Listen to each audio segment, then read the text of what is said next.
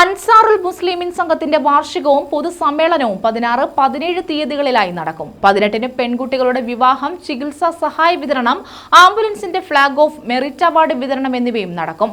ഭാരവാഹികൾ വാർത്താ സമ്മേളനത്തിലാണ് ഇക്കാര്യം അറിയിച്ചത്.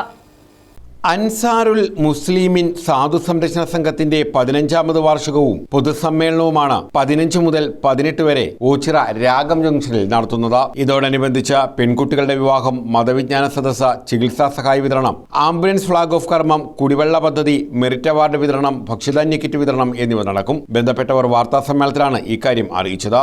ഈ 16 വർഷക്കാലം പിന്നിടുമ്പോൾ, 15 വർഷക്കാലം പിന്നിടുമ്പോൾ നമ്മുടെ ഈ നാട്ടിൽ പറയപ്പെടാൻ പറ്റാത്ത രീതിയിലുള്ള ഒരു ജീവകാരുണ്യ പ്രവർത്തനം ഞങ്ങളുടെ ഈ സംഘടനയ്ക്കൂടെ ചെയ്യാൻ കഴിഞ്ഞിട്ടുണ്ട്.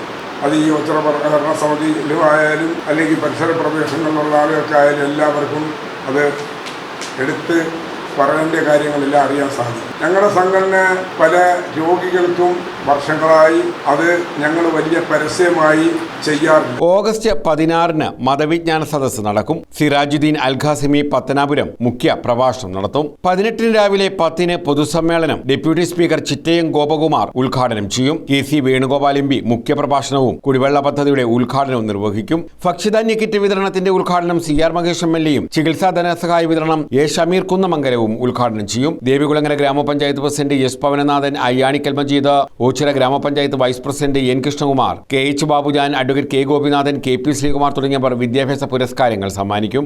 റഹീം മാമൂട്ടിൽ, ഷാജി മേമന, ഷൗക്കത്ത് അലി പുത്തൻവീട്ടിൽ, നൌഷാദ് അലി, ഹമീദ് കുട്ടി ഈരിക്കൽ, മുഹമ്മദ് കുഞ്ഞു മാമൂട്ടിൽ, ജവാദ് പുന്നക്കുഴി, കാസിം കല്ലിക്കാട്ട് എന്നിവർ വാർത്താസമ്മേളനത്തിലാണ് ഇക്കാര്യം അറിയിച്ചത്.